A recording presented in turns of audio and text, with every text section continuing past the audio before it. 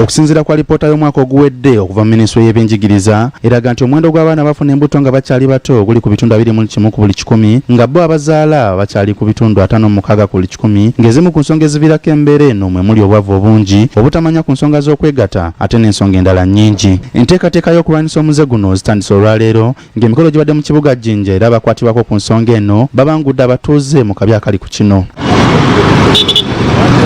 Alero Susan nga musawo mukugu okuva mu ddwaliro ekkulu erya Jinja Referral Hospital agamba nti abazadde tebakoze gwabwe naddala mu kusomesa abaana baabwe akabi akali mu kwegatta ssaako n'okwekuuma. And we are not even very keen to listen to our children. Sometimes they speak things that we need to pay attention to, but we wave it off. Unless somebody in a tricky way is trying to communicate.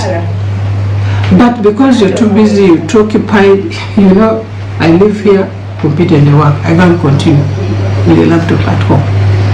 We basically don't even have time for our children. We are too busy for them. Elizabeth nga muzaalisa okuva ku ddwaliro ekkulu e Jinja agamba nti okusobola okumalawo omuze guno gavumenti esaanye eteekewo enteekateeka ezijja abantu mu bwavu awamu n'okubayigiriza emirimu gy'omu mutwe kubanga obwavu bwe businga okukema abantu bano.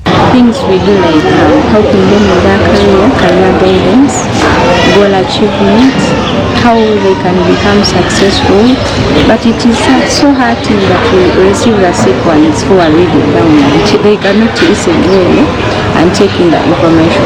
Onagattako nti newankubadde ng'omuwendo gw'abaana abatandise okwettanira enkola z'okwekuuma okumala gazaala nago gitandise okulinnya wabula kino tekimala kubanga nazo za bulabe eri obulamu bwabwe olw'emyaka gyabwe. We wanted to go to schools, at least to address people before they get the problem so that they are aware of what they are supposed to do in order not to get pregnant. Okusinziira ku kunoonyereza kulaga nti abaana abatannaba kwetuuka bali wakati w'emyaka 15 ne 19 be bafuna embuto ng'omuwendo guno gulinnya buli kaseera naddala mu byalo eyo era nga abakulembeze bano basabye bekikwatako okuvaayo okuyamba okumalawo emize gino. Kakati mu kaifo